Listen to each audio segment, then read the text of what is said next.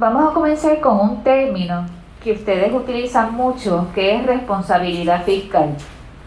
Y utilizando ese término de responsabilidad fiscal, ustedes hablan de que hace muchos años no había esa responsabilidad fiscal, pero yo les voy a dar unos ejemplos recientes. Luma, HMS, Bahía Urbana y las pistas de patinaje con fondos de COVID que han hecho algunos municipios. Para mí, ninguno de esos ejemplos es de responsabilidad fiscal, sino todo lo contrario. En el caso de Luma, se ha montado con fondos del gobierno de Puerto Rico una corporación. Se ha privatizado la distribución y la transmisión de la electricidad y ahora quieren privatizar la parte de la generación y cumplir con el plan que viene del Congreso de gasificar las fuentes de energía para Puerto Rico. HMS también es un error, es otra privatización. Ninguno de esos cumple con el concepto de responsabilidad fiscal, así que yo no tengo mucha esperanza de que, a menos que la gente en Puerto Rico empiece a votar de manera distinta con las personas que tenemos en el gobierno, haya una esperanza de responsabilidad fiscal, sino todo lo contrario. Ya sabemos que esa era una de mis primeras preguntas. ¿Quién preparó la resolución conjunta de la Cámara 278? Que fue la Junta de Control Fiscal. La Junta de Control Fiscal la sometió como un proyecto, me imagino que a la Comisión de Hacienda. Así que eso es lo primero que debemos tener presente, que esto es un proyecto. Yo dije, bueno, esto viene en inglés, ¿verdad? Así que me imagino que es la Junta de Control Fiscal. También pensé en otros espacios, ¿verdad?, que preparan contratos en inglés.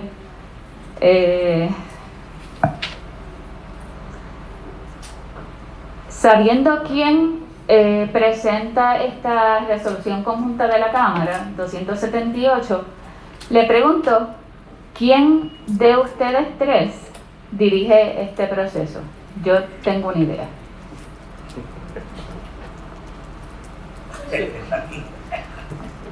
¿Cuál de todos los procesos, representante? ¿Cómo? ¿Cuál de todos los procesos? ¿Quién dirige el proceso del pago de los distintos conceptos que están en la resolución? ¿Quién dirige el proceso de la emisión nueva de deuda? Y estoy refiriéndome también un poco al proyecto de la Cámara 1003, lo que es la Ley 53, que establece la figura del representante del gobernador. Y por eso la pregunta es, ¿quién de ustedes tres dirige ese proceso? ¿Quién de ustedes tres es el representante del gobernador? Bueno, licenciado Omar Marrero, para efecto del registro. En cuanto a la pregunta del licenciado Juan Carlos Blanco, la realidad es que desde el proceso de quiebra hay tres entidades principalmente, ¿verdad?, que están involucradas en estos procesos: la Oficina de Gerencia de Presupuestos, el Departamento de Hacienda y la Autoridad de Asesoría Financiera. Y las tres tenemos distintas responsabilidades. En cuanto a la Ley 53, los tres también tenemos responsabilidad, y bajo el plan de ajuste también, porque obviamente el compañero de OGP le corresponde el proceso de presupuesto, obviamente con el apoyo del Departamento de Hacienda en cuanto a las proyecciones, en cuanto al apoyo de la FAFA, en cuanto a lo que tiene que ver con plan de ajuste. Así que es una combinación.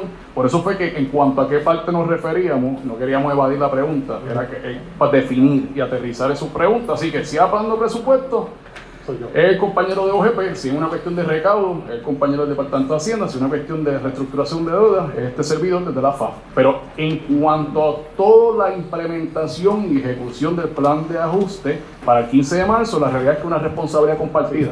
O sea, es un triunvirato, pero en términos de la emisión de nuevos bonos, sería Omar Marrero.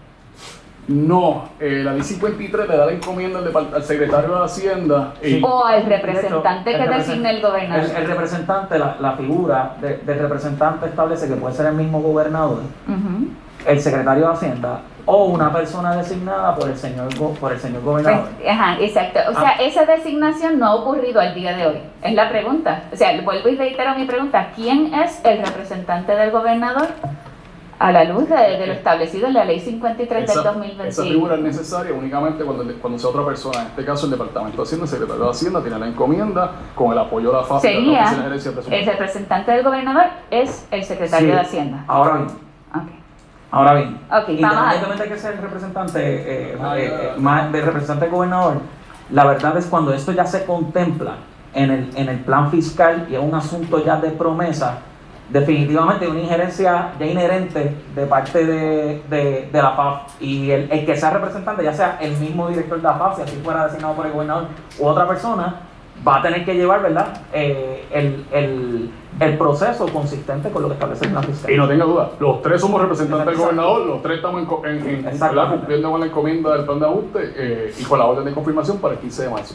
Sí, es bueno, ¿verdad? Porque estamos en un proceso fundamental para Puerto Rico y uno tiene que saber quiénes son los funcionarios públicos que asumen la responsabilidad de hacia dónde va este proceso.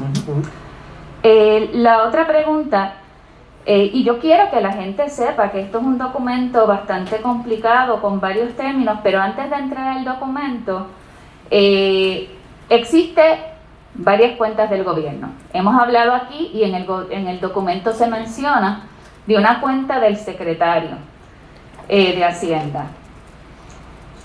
Esa cuenta, y no me quedó claro, según sus explicaciones, yo entendí que se había hecho una cuenta nueva. ¿O es la misma? Esa es la cuenta Sí. principal y fundamental Mira, de Hacienda. De hecho, cuando hablé de ese proceso fue cuando ocurren los eventos del Banco Gubernamental de Fomento, que entonces se coge ese fondo estatal y se lleva a banca privada, que en el caso de ahora pues está depositado en varias cuentas. Esa era la otra pregunta. ¿En qué banco está la cuenta del secretario? Y le pregunto, no me tiene que dar el número de cuenta, pero sí necesito el banco. Le pregunto si esa cuenta genera intereses o no. Sí. Porque si no lo generara, pues sería, ¿verdad?, un ejemplo de mala responsabilidad fiscal. Sobre ese punto, hay varias cuentas en las que están depositados, principalmente... O sea que no es una sola cuenta. No, Esa cuenta del TDSA, la cuenta... Es un concepto. Ajá. La cuenta del secretario de Hacienda es un concepto que se nutre de muchas cuentas de... ¿Cuántas cuentas? Tengo que darle a la comisión la totalidad, pero... Pues nos puede ser- gustaría que nos proveyera a esta Pero- comisión el número de cuentas Sí. y en qué bancos o en qué Sí. instituciones están Si ubicadas. mi memoria no falla, estamos hablando más o menos de 5 cuentas. Ujú. ¿Qué ocurre? Pero Pero ¿en qué banco? Anyway, Principalmente secretario, Banco Popular y Citibank. valida la información, tiene no más de 5 días. Ok, perfecto. Y entonces la otra, aparte de indicarnos el número de cuenta, no la tiene que identificar con uno, vamos a decir cuenta 1, cuenta 2, cuenta 3. ¿Cuáles son los términos y condiciones de esas cuentas? Me refiero a qué intereses generan, Sí. a qué número, a qué tipo de interés, Sí, etcétera. y quiero, si me permiten abundar sobre este tema, nosotros establecimos un proceso para de tiempo en tiempo, casi de manera mensual, nosotros nos sentamos con los potenciales bancos que tienen los requisitos en ley, particularmente tener colateral suficiente para poder custodiar estos fondos públicos. Y de tiempo en tiempo hacemos un proceso donde les solicitamos cuáles pueden ser esas ofertas de cara a este próximo mes. Y va a haber en el proceso que han habido movimientos tomando no tan solo exclusivamente la tasa de interés, que es uno de los factores principales, pero también desarrollo económico, pues estos fondos, pues uno desearía que en la medida posible ayude al ecosistema estatal o ¿verdad?, a la sociedad en Puerto Rico y las tasas de interés. Así que va a haber... Eso quiere decir que si ha habido unos movimientos, estaría solicitando a través de la presidencia de esta comisión que se nos indique en qué Sí. bancos, desde el 2017 o 2016 que entra promesa, ¿cuáles han sido los movimientos de cuentas entre bancos? Sí, nosotros podemos proveerlo. Se va a percatar que el proceso comenzó cuando me convertí en secretario de Hacienda.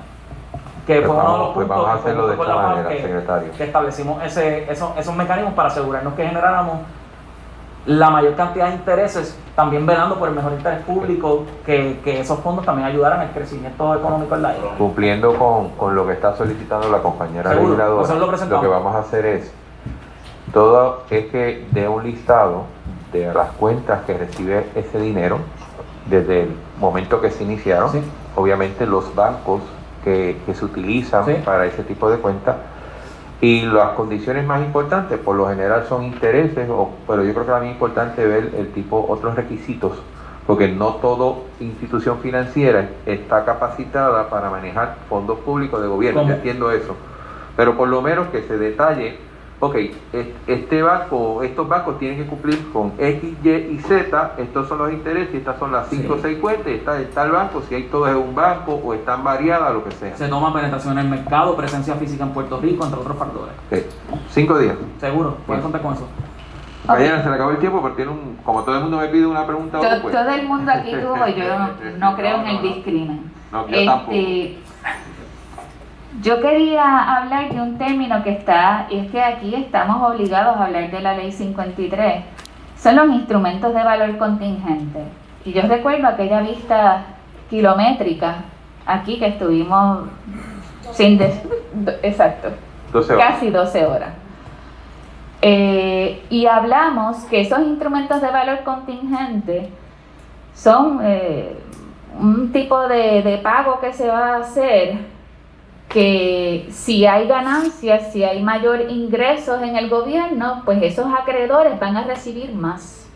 Y eso viene un poco a lo que traía la compañera Lourdes Ramos también, de cómo se va a hacer esos pagos. Creo que lo trajo Juan Oscar Morales también. ¿Cómo se van a hacer esos pagos si ya el mecanismo del instrumento de valor contingente se apropia de ese pago? Y me refiero a que eso casi podríamos decir que es un dado, pues en aquella vista kilométrica a la que hago referencia, se indicó que uno de los criterios para que esos acreedores pudieran recibir más dinero del gobierno de Puerto Rico era lograr la mitad de los recaudos del IVU, y que eso, tanto en el 2018 como en el 2019, se había sobrepasado esa etapa. Creo que lo hablaba con el secretario de Hacienda, se había sobrepasado ese threshold, ¿verdad? Ese umbral se había sobrepasado ya a mitad de año aproximadamente. O sea que uno puede prever que esos acreedores van a cobrar siempre más de lo establecido porque se va a lograr ese umbral, llegar al 5.5.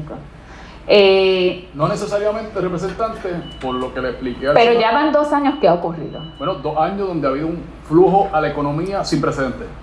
Y esta es una economía del consumo. Sí, y el pero- IVU, ¿verdad? Está Sí, pero fundamentado en hay- eso. Pero hay eventos no previsibles como huracanes, terremotos y pandemia que nos afectan en la contribución del IVU como tal.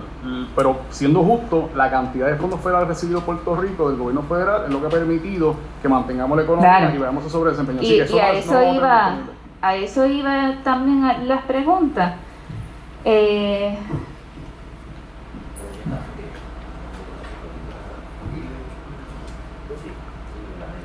Nosotros estamos en un momento donde Puerto Rico no tiene, y yo lo he preguntado en varias vistas, un plan de desarrollo económico, y que se depende exclusivamente de los fondos federales. O yo veo que ustedes están proyectando ingresos según entren unos fondos federales o no. Y sabemos que en las próximas elecciones congresionales hay una probabilidad bien grande de que el Partido Republicano gane. Y eso va a tener unos efectos en lo que aquí pueda recibirse de fondos federales. Pero vuelvo y le digo, el problema principal es que aquí no hay un plan de desarrollo económico que no sea buscar más fondos federales. Y entonces, qué bueno que está Naimito ahí, porque a Naimito le voy a preguntar si él sabe que es un instrumento de valor contingente. Y yo le digo, pues para mí es difícil también, y no se lo pregunto a Morey porque Morey es corredor de bonos, así que sí sabe. No, lo que pasa es que cuando hablamos técnicamente, Compañera, yo creo que las preguntas tienen que hacerse a los depósitos. Sí, no, pero yo lo que Yo puedo digo entender que la es pregunta un fue ejemplo, retórica, él no me lo exacto. tiene que contestar. Correcto. Lo que estoy hablando es de que este proyecto, esta resolución, igual que todo lo que tiene que ver con el plan de ajuste de la deuda, etcétera, es un asunto bien técnico y complicado para la gente.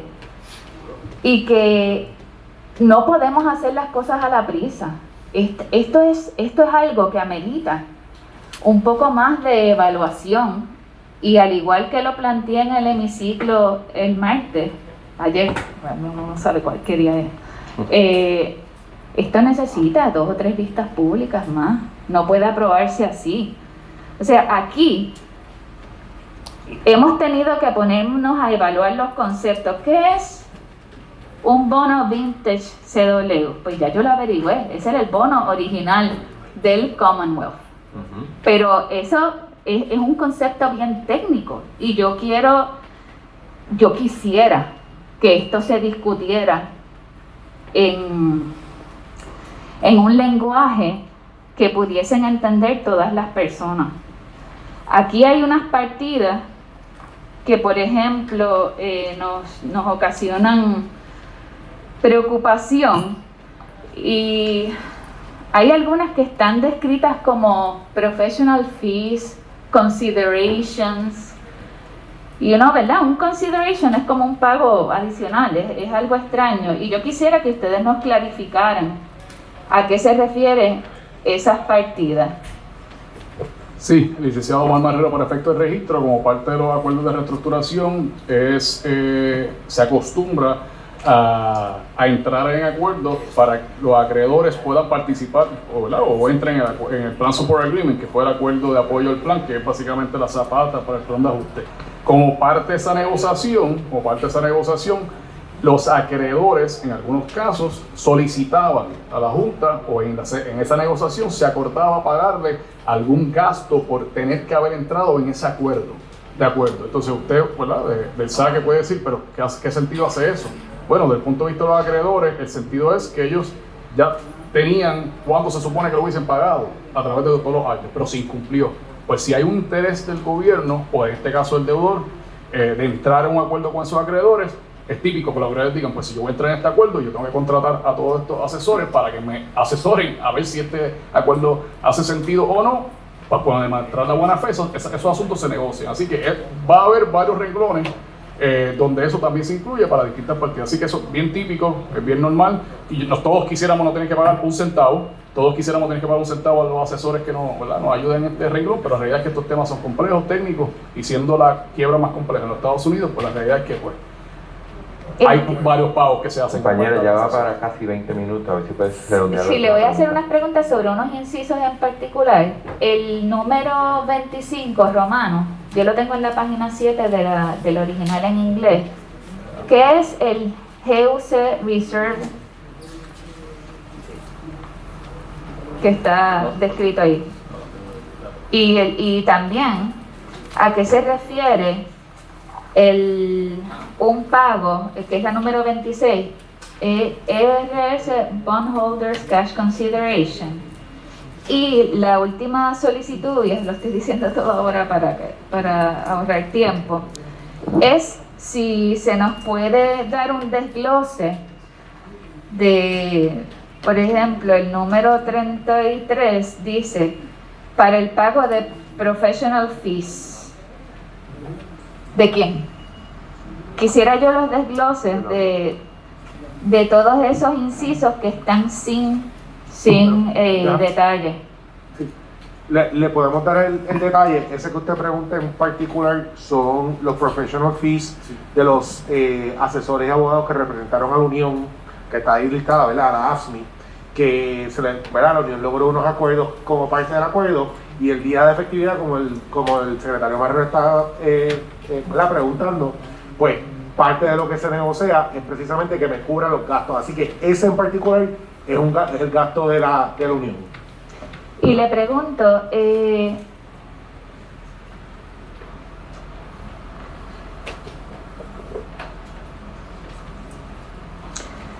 Todavía en esta resolución solamente se está atendiendo el pago que se le va a hacer a los acreedores con el dinero que se guardó por el tiempo en que no se estuvo pagando la deuda.